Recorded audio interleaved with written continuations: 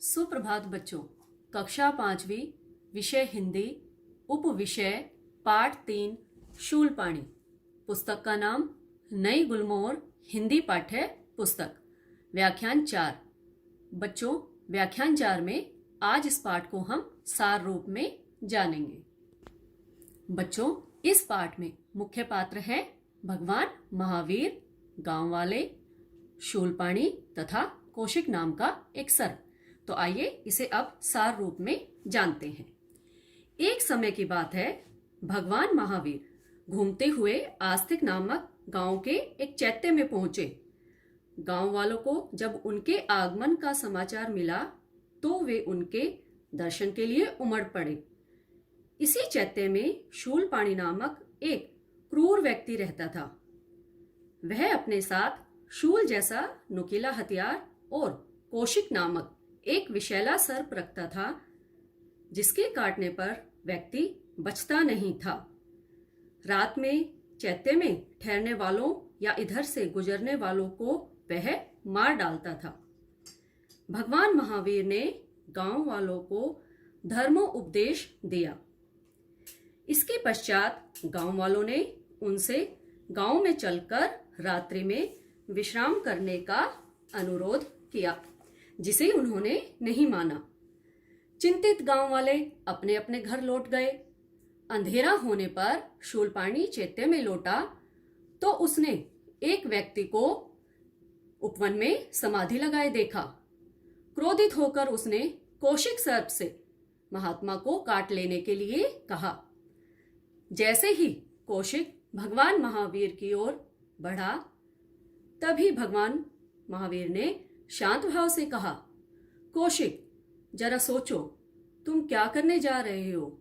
इससे तुम्हें क्या लाभ होगा? भगवान महावीर की अमृतमयी वाणी सुनकर सर्प सम्मोहित होकर रुक गया। क्रोधित होकर शूलपाणी ने स्वयं भगवान महावीर को शूल से मारने के लिए आक्रमण करना चाहा। तभी कौशिक ने उसे ही डस लिया। उसे तड़पता देखकर महावीर उपचार के लिए जड़ी बूटी लेने जंगल की ओर निकल गए। जब वे जड़ी बूटी लेकर वापस लौटे तो उन्होंने गांव के बहुत से लोगों को वहां पाया। गांव वालों के मना करने पर भी उन्होंने शूलपाणी का उपचार करके उसे स्वस्थ कर दिया। भगवान महावीर ने चरणों में पड़े शूलपाणी को मानवता की सेवा करने का उपदेश दिया। भगवान महावीर से दीक्षा पाने के उपरांत शूलपाणी का जीवन दर्शन ही बदल गया। तो बच्चों, देखा आपने किस तरह एक नर पिशाच शूलपाणी महावीर स्वामी के संपर्क में आकर एक सज्जन व्यक्ति बन गया। तो बच्चों, इस पाठ से हमने क्या सीखा? इस पाठ से हमने सीखा दूसरों की सेवा, करुणा, अहिंसा तथा दया आदि मानवीय मूल्यों को अंगीकृत करना। अंगीकृत का अर्थ है ग्रहण करना, उसे अपने जीवन में अपनाना, अपनी गलती के लिए माफी मांगना। बच्चों, अब हम इस पाठ में आए हुए कठिन शब्दों की एक बार पुनः दोहराई करते हैं, ताकि जब हम इन कठिन शब्दों को लिखें तो हम कोई भी मात्राओं की गलतियां न करें। नंबर 1 है विश्राम, नंबर 2 है क्रूर, नंबर 3 विषैला, नंबर 4 निर्दयी, नंबर 5 निर्दोष, नंबर 6 दुष्ट, नंबर 7 स्वस्थ, नंबर 8 दीक्षा, नंबर 9 शिष्य, नंबर 10 व्यतीत। अब हम इस पाठ में आए हुए शब्दार्थ को एक बार पुनः जानेंगे। शब्द है नंबर 1 विहार, इसका अर्थ है घूमना।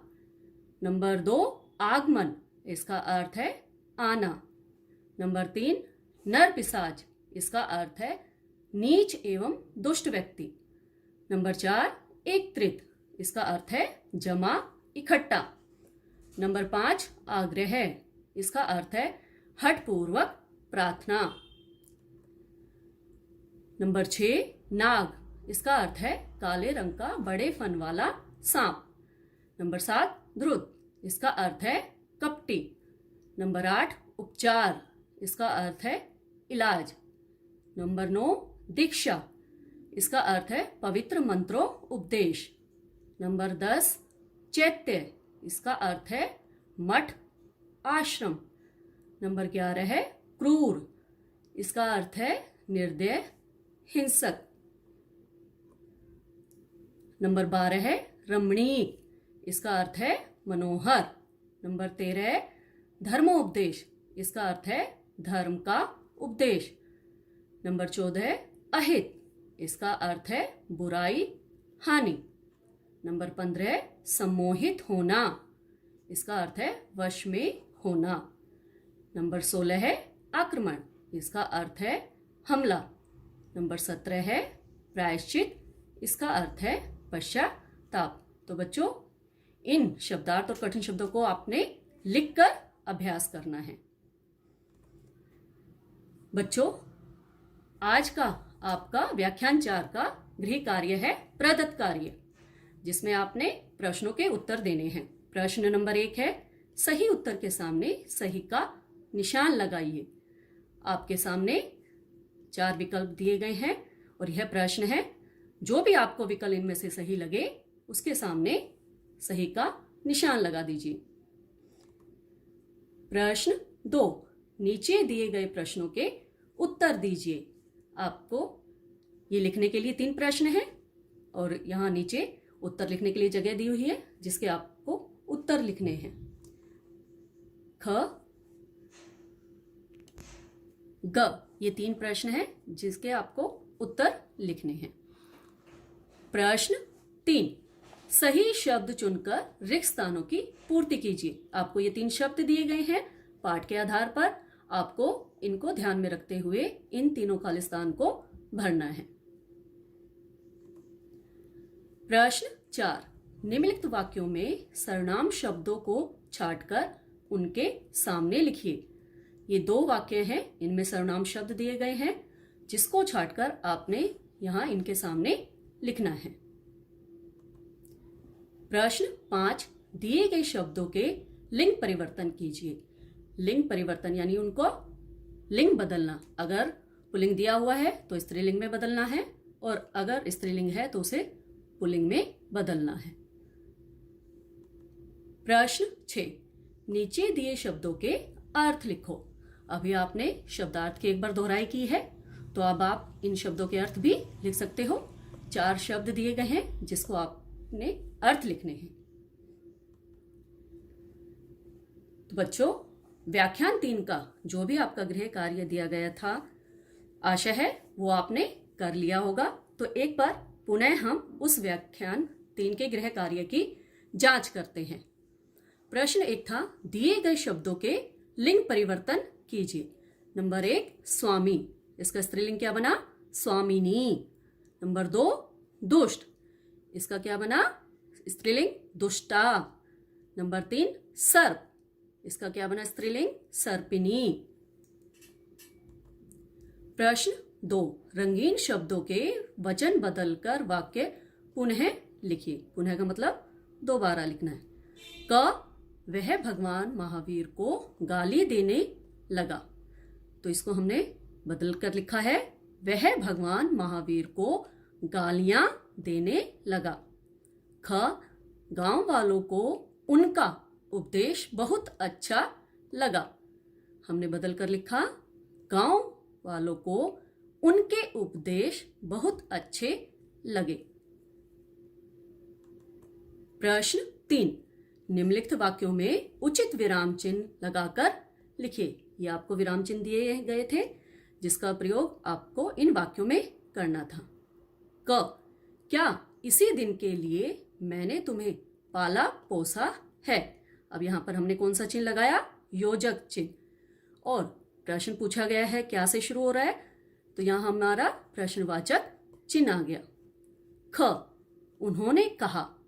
अब हम थोड़ी देर के लिए रुके और ये जो आपका दोहरा उदाहरण चिन्ह है, हम क्यों लगाते हैं?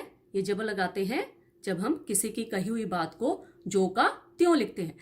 तो यहाँ पर उन्होंने कहा, थोड़ी देर रुके, अल्प विराम लगाया, फिर हमने दोहरा उदाहरण चिन्ह शुरू किया।